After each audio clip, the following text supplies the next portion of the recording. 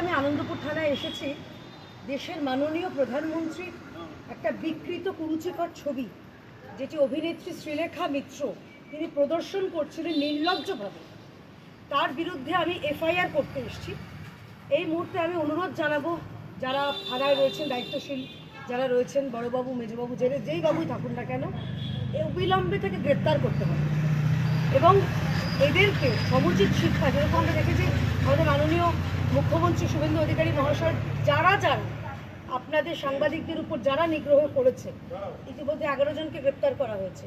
সেই রকমই অনুরোধ জানাবো পুলিশকে যে যারা এরকম বিকৃত ছবি সোশ্যাল মিডিয়ায় শেয়ার করেছে, সেদিন প্রদর্শনের নাম করে দেশের প্রধানমন্ত্রীকে অপমান করেছে, এগুলো বরদাস্ত করা যাবে না। অনেক বাদরামি করেছে, এবার এদের সমুচিত শিক্ষা দিতে হবে। শ্রীলেখা মিত্রের বিরুদ্ধে এর আগেও অভিযোগ উঠছে, বারুইপুরের ঘটনায় কার্যত উস্কানির অভিযোগ উঠেছে তার বিরুদ্ধে, আবারও তার বিরুদ্ধে অভিযোগ। আপনি দেখুন, আসলে এটা ফ্রাস্ট্রেশন তো 2026-এ 4 মের পরে এটা ফ্রাস্ট্রেশনের লেভেলটা একটু বেড়ে গেছে। তাই কখনো বারুইপুরে যেরকম লায়েক আলী তার যেরকম খুব লায়েক হয়ে উঠেছিল, তার যেরকম দরকার ট্রিটমেন্ট, সেই ট্রিটমেন্টই পেয়েছে। শ্রীলেখা মিত্রের বিরুদ্ধে এরা তো প্রচণ্ড ফ্রাস্ট্রেটেড, সেই ট্রিটমেন্টই দেওয়া হবে যেটা ওনাদের প্রয়োজন।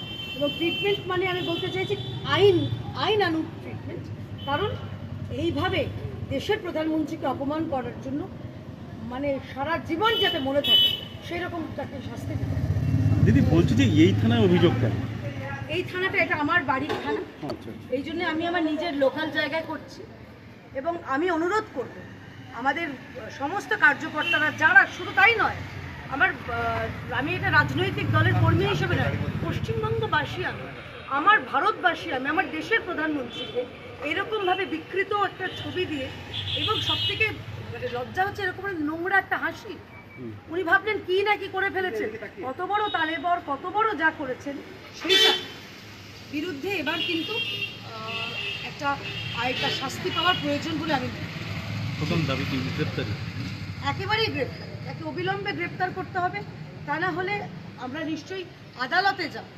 আমি আশা করব, যেহেতু আমাদের মাননীয় মুখ্যমন্ত্রী তথা পুলিশমন্ত্রী তিনি এই বিষয়ে যে জিরো টলারেন্স নীতি যেটা নিয়েছেন, আশা করছি ম্যাডাম শ্রীলেখা মিত্র অচিরেই টের পেয়ে যাবেন যে এইসব মাদ্রামি করার দিন রুচির একটা অভাব হয়ে যাচ্ছে।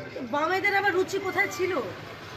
এরা নিজেদের ভাবে আমরাই সব কিছু, আগে বলতো যাদবপুরে চান্স পেয়ে দেখা, যাদবপুর কেন, যাদবপুরের থেকে আরও উৎকর্ষ এবং উৎকৃষ্ট প্রতিষ্ঠানে চান্স পেয়ে আমাদের যারা জাতীয়তাবাদী, আমি চীনবাদীদের কথা বলতে পারবো না ভাই, কিন্তু জাতীয়তাবাদীদের অনেক উৎকৃষ্ট জায়গাও চান্স পায় যাদবপুর।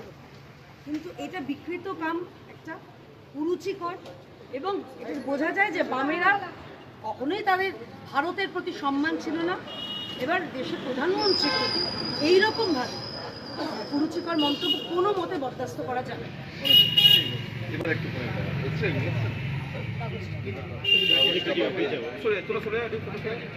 বিক্রম